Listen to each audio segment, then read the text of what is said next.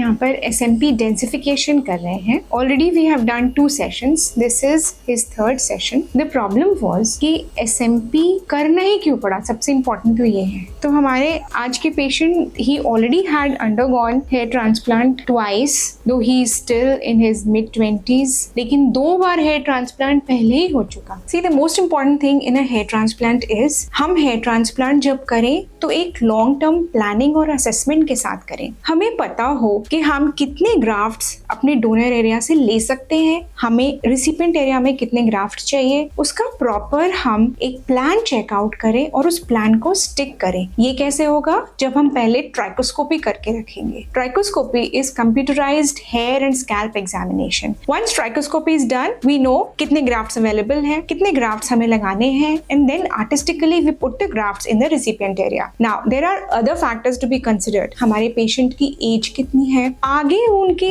कितना hair loss हो सकता है, ये अगर हम थोड़ा प्रेडिक्ट कर पाए उनके फैमिली हिस्ट्री के हिसाब से, whether there is a history of baldness in his paternal side और in his maternal side, and उनकी प्रेजेंट एज के हिसाब से हमारा क्या प्रेडिक्शन हो सकता है कि वो किस ग्रेड तक जाएंगे. ये क्यों इम्पोर्टेंट है? बिकॉज अगर हम किसी बहुत यंग पेशेंट को लें जो अर्ली 20s में है और हमें दिख रहा है that he already has achieved grade 4 और ग्रेड 5, तो फिर उनका ग्रेड 7 तक जाना बहुत नॉर्मल होगा. ऐसे में अगर आप हेयर ट्रांसप्लांट करते समय उनकी हेयर लाइन बहुत नीचे रखेंगे तो in due course of time what will happen, नीचे फोरहेड से जस्ट ऊपर तक तो हेयर रहेंगे जहां आपने ट्रांसप्लांट किए, बट पीछे का बहुत सारा एरिया बॉल्ड हो जाएगा और फिर वो बहुत खराब लगेगा. If someone in your family requires a densification of scalp or they are worried about the donor area show, you can share this video with them so that they know that there is cure for this.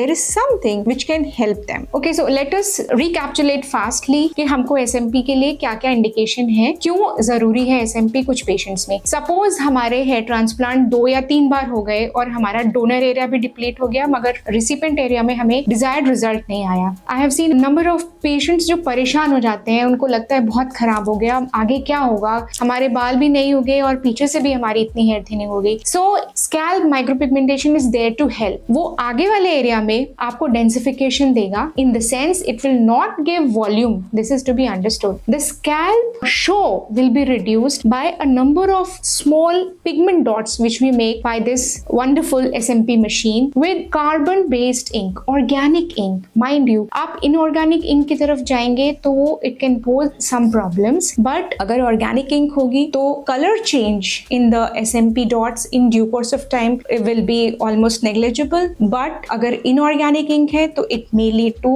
bluish or greenish discoloration. Secondly, अगर inorganic ink है उसमें iron oxide है तो जब MRI करे patient बाद में किसी जरूरत पे या कुछ और प्रॉब्लम हो तो ये मेटालिक या लेड कंपोनेंट्स आपको प्रॉब्लम पोज कर सकते हैं. तो आगे के एरिया का डेंसिफिकेशन हो सकता है जिससे scalp visibility, scalp show reduce हो जाए, और पीछे जो डोनर एरिया है जहां पर से ग्राफ्ट लिए गए हैं और वो भी इतने लिए गए हैं कि वो इतना हल्का हो गया है. यहाँ भी आप देखिए, even after 2 sessions we were not able to cover fully, so today we'll be doing a 3rd session for FUE graft donor camouflage. ना सिर्फ डोनर एरिया को केमोफ्लाज करने में बल्कि रिसिपिएंट एरिया में जहां रिजल्ट कम आया है उसको बेटर दिखाने में SMP plays a great role. So let us do it. We were doing the crown area first, coming to the anterior part, and then we'll cover the donor area which has been depleted.